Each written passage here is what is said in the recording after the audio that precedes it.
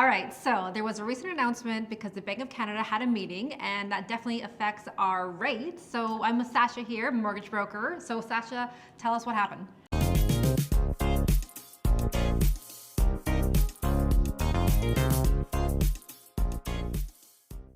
So the Bank of Canada had their meeting on December the 6th, and as expected, they paused again on interest rates. So that means no further rate hikes for the rest of the year. Awesome, perfect. So going into 2024, it's looking like there's going to be no further rate hikes.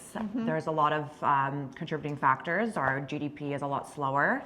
So a lot of economists are actually thinking that the Bank of Canada is going to start cutting rates in the second quarter and maybe as early as maybe March. Really? Yes. Oh, wow. Okay. Cutting it by a little bit or cutting it like a lot, do you think? I think that what we're going to see is about 25 basis points increments in cuts. There are some economists that are thinking there's going to be cuts as high as 2.5% throughout the year, though. Wow, that's pretty big. That's good. That's good. That's really good for all the home buyers out there who are kind of holding off on the sidelines, waiting to see what's happening with the mortgage rate. So this is all really good, positive news, right? Absolutely. And as I've always been a big fan of variable rate products, so I think it's now a time to start looking again at variable rates and their discounts and what's available, especially now that we're going to start seeing some larger rate cuts coming in 2024. Okay, so for those of you who don't know what a variable rate is, want to quickly just dump into that? Yes, a variable rate is essentially a rate. The Bank of Canada has their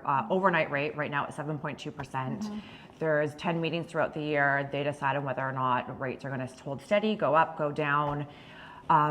When you're getting a variable rate mortgage, a closed variable rate mortgage has a discount. So right now, if you're putting less than 20% down, we're seeing discounts as much as 1%. So that means your rate would be about 6.2%. So keep in mind, as the Bank of Canada starts lowering rates, your interest rate is going to be lower and lower. The benefits of having a variable rate mortgage is the flexibility. So there are huge flexibilities in variable rate mortgages. The biggest one is if you break your term throughout the contract, throughout your 5-year term, let's say, there's only a 3-month interest penalty. I see. Whereas fixed penalties are calculated off IRDs, and those are, typically 3 to 4% of your outstanding balance. So if you have a $500,000 outstanding balance, you could be paying as high as a $15,000 to $20,000 penalty. Whereas with variable rates, it's a very simple formula: 3-month interest. And what we've seen is that, most people actually break their terms within about 3 to 3.5 years of their 5-year terms. So okay. Now, can you get a variable rate with less than 5 years? Does it have to be 5 years? Can you do like a 1 year or a 2 year maybe? There isn't 1 or 2 years. There are 3 years and 5 years available. Just keep in mind that the discount is always going to be greater on a 5-year than a 3-year. Oh, I see. Okay. So coming into this as well, so for those of you who don't know, for the variable rates as well as the fixed rates, so as these interest rates change and come down, that affects both of them. Yeah, right? so obviously fixed rates are set off bond yields.